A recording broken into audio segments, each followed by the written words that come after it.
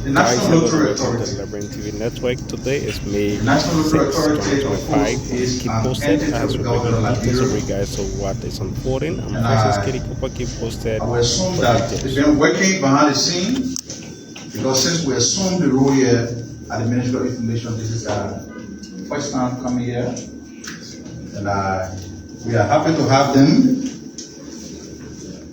be here with the Lottery Authority is represented by its Deputy Director General for Lottery Games, Honorable Rishnu O. Brefi. Is also accompanied by Christian K. Cooper, who is the Deputy Director for Operations at the National Lottery Authority. We will speak to the public on several issues, including the introduction of the National Lottery Authority 590 bill lottery game in Liberia, raise revenue to create 500 jobs, the National Lottery Authority Regulatory and Supervisory Authority in the gaming industry. We're going to be speaking about all of these issues. We also have a very distinguished lady in our midst.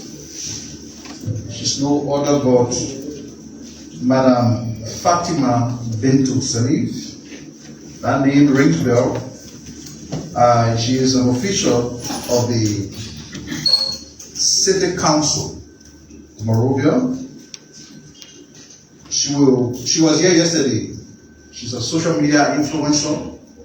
She's one of the many Liberians who are impressed by the level of work that is being done here at the Ministry of Information. So we avail her the platform to say what she thinks about the work we're doing, and then she will also be open to entertaining questions from the press.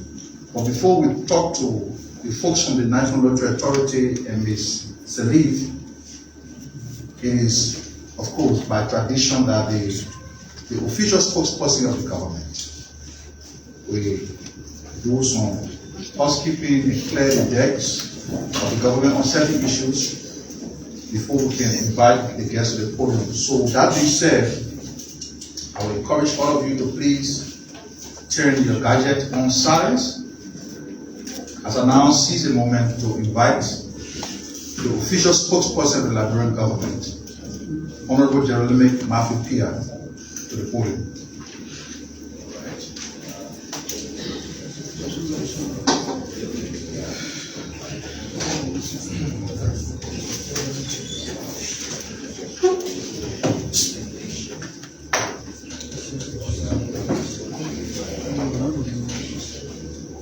Thank you, Minister Daniel Sando.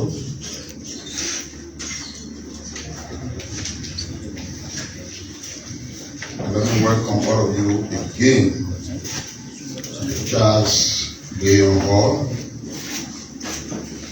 I have my voice from Mr. Sando in welcoming the brothers from the National Lottery Authority. But in particular, welcome my sister, Fatima. You know, I remember in 2023, for almost 6 years, when the Salif administration left office in a transition to the US to go to school at Harvard, and after that, he started getting arrested. I was definitely quiet and didn't bother the government in any way for 5 unbroken years. Then in 2023, we left our closets and thought it was important to play some role in bringing some stability back to the motherland. And while we were doing that, there I was able to come in contact with Sis Fatima. First, as someone who was always calling on the class reloaded. and making her points. And then eventually herself became part of the talk show. Got very engaged, respond, played her part very well. And here we are. She's in the country, though she's a member of the State Council of Monrovia, but beyond that, we like some of the things she's involved with. She's trying to highlight the gains, and I want to say the country, not necessarily about government, but the gains the country is making. We want to appreciate her. Yesterday she was here at our ministry, and we told her to come back today so she could just face all of you members of the press, and I'm sure at the end she will have something to say before we close. So let's talk some issues. There are still some people in our country whose desire is to see everything crumbling. They would rather have chaos and anarchy here than anything that looks stable. These people will find just anything to hang on.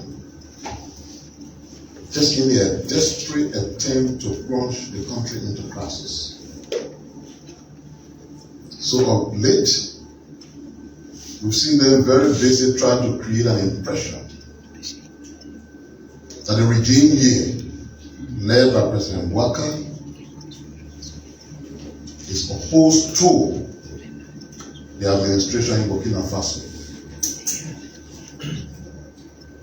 They have not even understood that just conflict among ourselves, I'm not talking about another country, just Liberians fighting among ourselves saw 250,000 souls perish.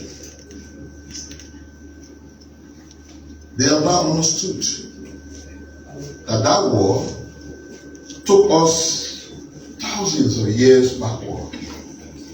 Already limited in infrastructure development, we broke down everything. And there they are in their imaginative self, thinking that crisis among ourselves was not enough, but that they should try to spark cross-border conflict, bringing Liberia into conflict with another nation. These people, some of them, you've heard them, are on bended knees, praying for the government, which by extension the country, to fail. Because they say they want to be president. And if the country succeeds, it becomes impossible for them to be president.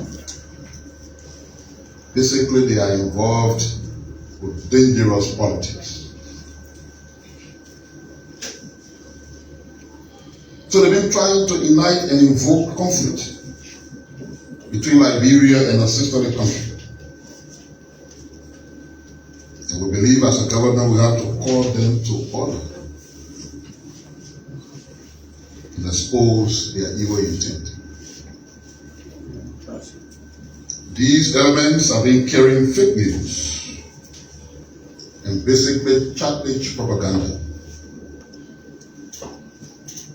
But they've forgotten to know that, as a matter of fact, Liberia has always been in the forefront of defending the interests of Africa.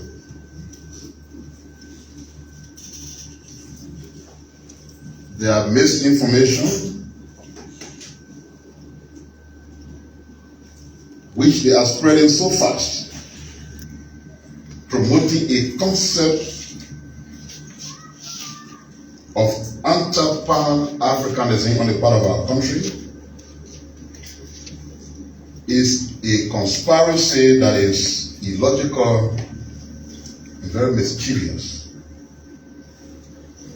But look, the truth is, here we are dealing with a very hostile, desperate, and frustrated opposition.